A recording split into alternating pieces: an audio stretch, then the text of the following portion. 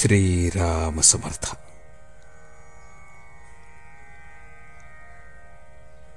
तळमळ लागल्यावर गुरुभेट निश्चित. काय करावे हे मनुष्याला कळते, पण त्याचे मन त्याला आवरत नाही. विषयाचा उपभोग घेताना आपले मन त्यामध्ये रंगून जाते आणि त्याचे सुखदुःख निस्तरताना मात्र आपले भ्रमिष्ठासारखी चित्तवृत्ती होते. आपल्याला झालेला भ्रम नाहीसा करायला 3 गोष्टी आवश्यक आहेत. 1 सद्विचार, 2 नामस्मरण आणि 3 सत्संगती. संत ओळखणे फार कठीण आहे. आपण त्याच्यासारखे व्हावे तेव्हाच तो कळायचा. त्यापेक्षा सद्विचार बाळगणे सोपे. भगवंताचा विचार तोच सुविचार होय. भगवंताच्या कथा ऐकाव्यात, त्याच्या लीला वर्णन कराव्यात, त्याच्या वर्णनाचे ग्रंथ वाचावेत. पण याहीपेक्षा आपल्याजवळ नेहमी राहणारे असे त्याचे नाम घ्यावे.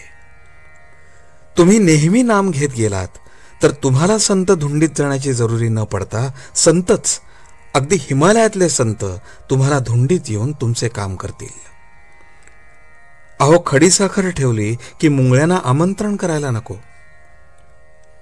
तुम्ही म्हणाल आम्हाला ते करता येत नाही, पण आपण आपल्या मुलाला शाळेत घालतो आणि तो न शिकला किंवा त्याला अभ्यास येत नसला तर पुन्हा त्याच वर्गात त्याला बळजबरीने ठेवतोच की नाही. त्याला एक विद्या आली नाही तर दुसरी कोणती येईल ती शिकवतोच की नाही.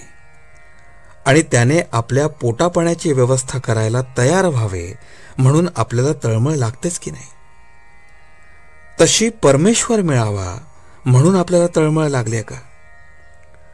तशी तळमळ लागली म्हणजे तुमचा गुरु प्रत्यक्ष जमिनीतून वर येईल.